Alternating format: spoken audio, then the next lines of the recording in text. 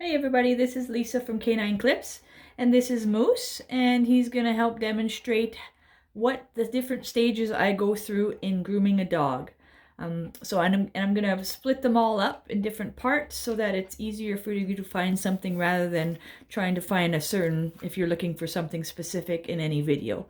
So this is stage one, so basically bring them to the table, and in stage one, I do the face, feet, and bum, and that includes the nails and the ears.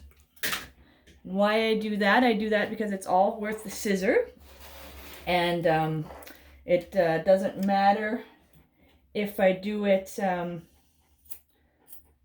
prefer to do it before the bath because it's easier to get the fur in the feet done when they're not wet. You know, it's okay to do it both ways, but even his feet are quite soft. So the water also softens the pads a little bit more. So they're, you know, if you're having your scissors, you're not paying attention, they might get caught on something. And I find it's easier to see everything. After the bath, I do go back and just check to make sure I got everything out of there as well. But yeah, so for the first stage, it's the face, feet, and bum. So basically everything that you do with a scissor cut. I always like to do the scissor cut first, if I can. And I do both, as I've shown you in other videos too, where I can do it after the bath as well. But I find it's a little easier dry than wet. He's giving you a close-up there.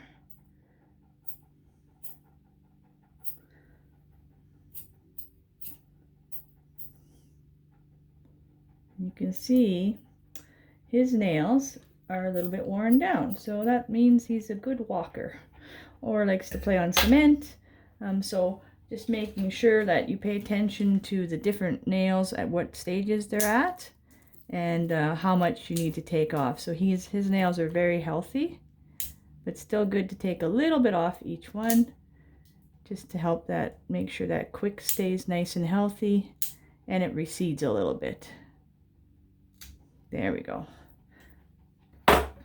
And so I'm not worried about getting everything done on the feet, just basically the foot area and the nails. But this I'm going to be using the clippers on, so I don't want to really waste my time on that with the scissors. So here.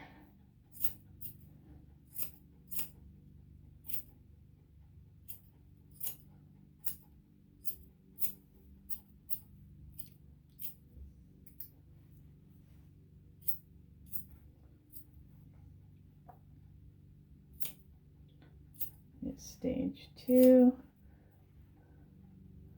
or stage 1, I guess.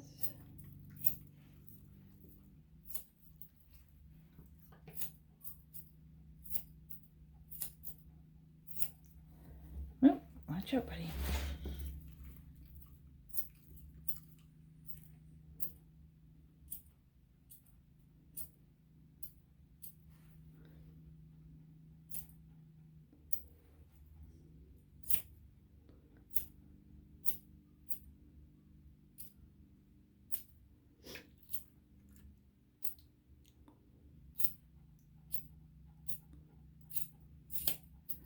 All right, and I can see there's a little bit of blood.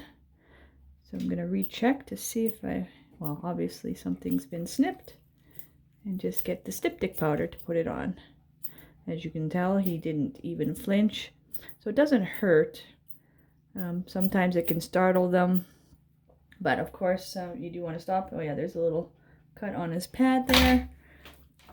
So I just get out the styptic powder, and that's what I use just to clot it. So it's easy as, oops, I put it in the lid, and then just dipping the pad into it or wherever is cut, and just making sure that the styptic powder sticks to that area. So sometimes the pad, there'll be like if you cut it with the tip of the scissors or whatever, it'll have a little flap. And so you just got to kind of hold it in there for a little bit.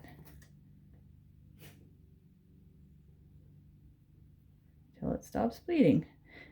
And it may start up again. The pads are tricky actually, because they do, his are really soft.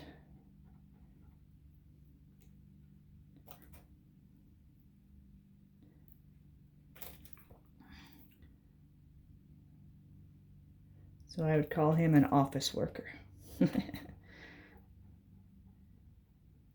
But his nails are worn down, so he does do some walking, so contradiction. He just takes really good care of his feet, I guess, so he likes the pedicures. All right, and it has stopped bleeding, and this is why I like to do this at the beginning too, so that if you do cut the quick, or anything that bleeds, you can use the styptic powder to stop it from bleeding. And it has the whole, whoop, there's the nail. And so his front nails are actually a little bit longer, but his back ones are worn nicely. And again, it's quite common for the nails to bleed.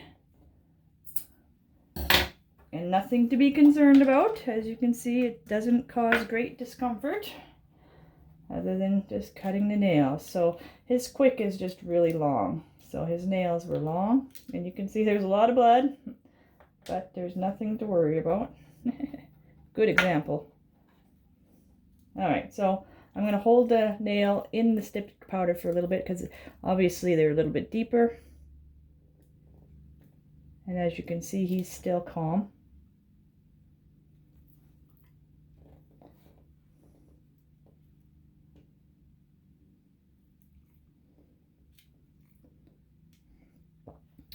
Okay.